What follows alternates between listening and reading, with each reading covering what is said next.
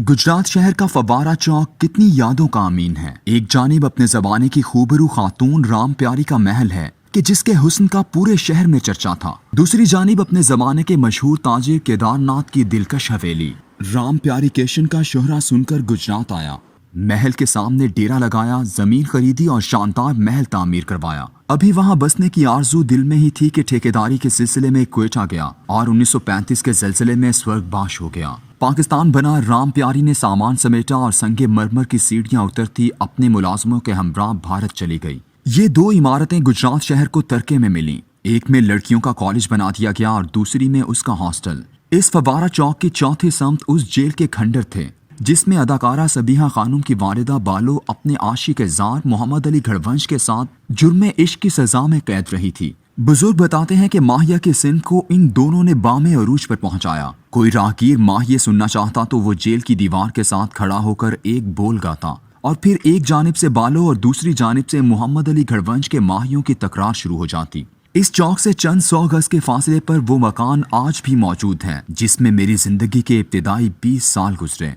ये पूरा इलाका चाक घुमाकर खूबसूरत बर्तन बनाने वाले कुम्हारों का मस्कन था जो अपने दामन में एक रिवायत लिए था कि सोहिनी यहीं खूबसूरत बर्तन बेचा करती थी कि चनाब के किनारे माहिवाल के काफिले ने पड़ाव डाला और सोहिनी माहिवाल की मोहब्बतों की लाजवाल दास्तान शुरू हो गई। दिन भर इस चौक पर टांगों, रेड़ों, गाड़ियों का हुजूम रहता और रात को ये जलसागाह बन जाता। इसी फव्वारा चौक में 1970 के एक इंतखाबी जलसे में मेरी तारिक अजीज से पहली मुलाकात हुई थी। मैं जलसे का स्टेज सेक्रेटरी था और तारिक अजीज आखिरी मुकर्रर। दोनों पर मार्क्सिज्म का खुमार छाया हुआ था। मुझे अच्छी तरह याद है कि वो अपनी तकरीर में ठा की गर्दान करवाते हुए अमरीका ठा और यहूदी ठा के वजन पर मौदूदी ठा का नारा भी लगवाता था। जलसा खत्म हुआ और तारिक अजीज जैसे एक बगुले की तरह गुजरात से रवाना हुआ, वैसे ही वो मेरे जहन से भी महव हो गया। टीवी हमारे घर में नहीं था, फिल्म देखने की इजाजत मुझे नहीं थी, इसलिए तारिक अजीज मुझे क्यों याद रहता। लेकिन फिर एक दिन वो हमारी महफिलों का गायबाना रुकन बन गया।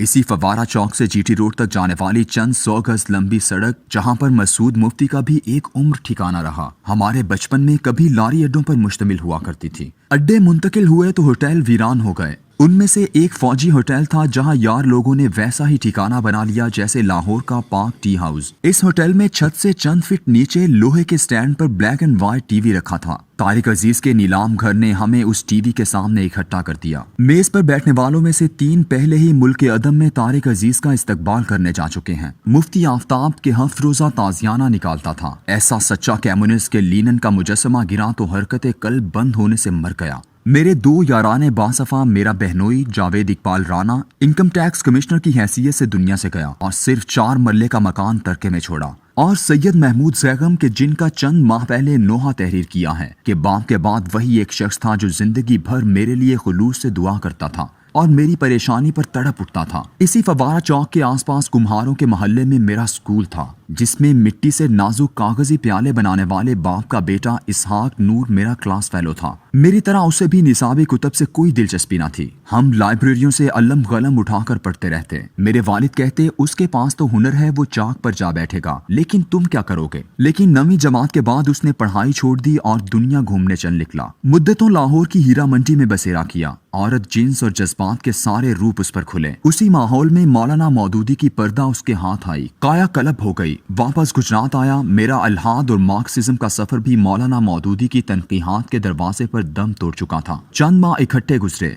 मैं पंजाब यूनिवर्सिटी चला आया और वो कायनात के सरबस्ता राजों को ढूंढने बनारस के पंडितों से सितारा शनासी सीखने चल निकला। फव्वारा चौक और उसकी गलियां बस अब यादों में बसी रह गईं। जिंदगी के झमेलों में ऐसा उलझा के 12 साल तालीम, यूनिवर्सिटी में पढ़ाना और सिविल सर्विस ओढ़ना बिछौना बने रहे। लेकिन रात को सरहाने पड़ी नोटबुक पर शायरी मुसलसल होती रही जो 1988 में किताब की सूरत सामने आई। ब्यूरोक्रेसी की घुटन में सांस लेने को एक खिड़की मुयस्सर हुई तो टेलीविजन पर ड्रामा लिखना शुरू कर दिया। 20 साल के वक्फे के बाद एक दिन अचानक नवाब असलम रईसानी के फोन से इसहाक नूर का फोन आया। वो कोई भूल जाने वाली चीज तो था नहीं, मगर वो अब एक सितारा शनास बन चुका था। बड़े बड़े सियासतदानों, जर्नैलों और कारोबारी हजरात के घरों में शाही मुंजम के तौर पर मेहमान बुलाया जाता। मुझ पर एक मेहरबानी करता कि बलोचिस्तान आता तो कई हफ्ते मेरे पास ठहरता। दुनिया का हर इल्म उसकी प्यास के लिए नाकाफी था। फिजिक्स, केमिस्ट्री हिस्ट्री से लेकर फलसफा तक सबकी कुतब उसके तकिए की जीनत होती। एक दिन मेरे पास जागी आया और कहा कि कोर कमांडर परवेज मुशर्रफ से मंगला में मिलकर आया हूँ और उसे बता दिया है कि वो अगला मार्शल लॉ लगाएगा और उसने यकीन भी कर लिया है। पहाड़ जैसा हौसला रखने वाला बेटे ने शिमाली इलाका जात की बर्फ से ढकी झील में कूदकर खुदकुशी कर ली। चेहरे पर मलाल तक न आया। जायचे बनाता, लोगों को मुस्तकबिल की खबरें सुनाता, नगर नगर घूमने वाला मेरा ये दोस्त अपना जायचा न बना सका।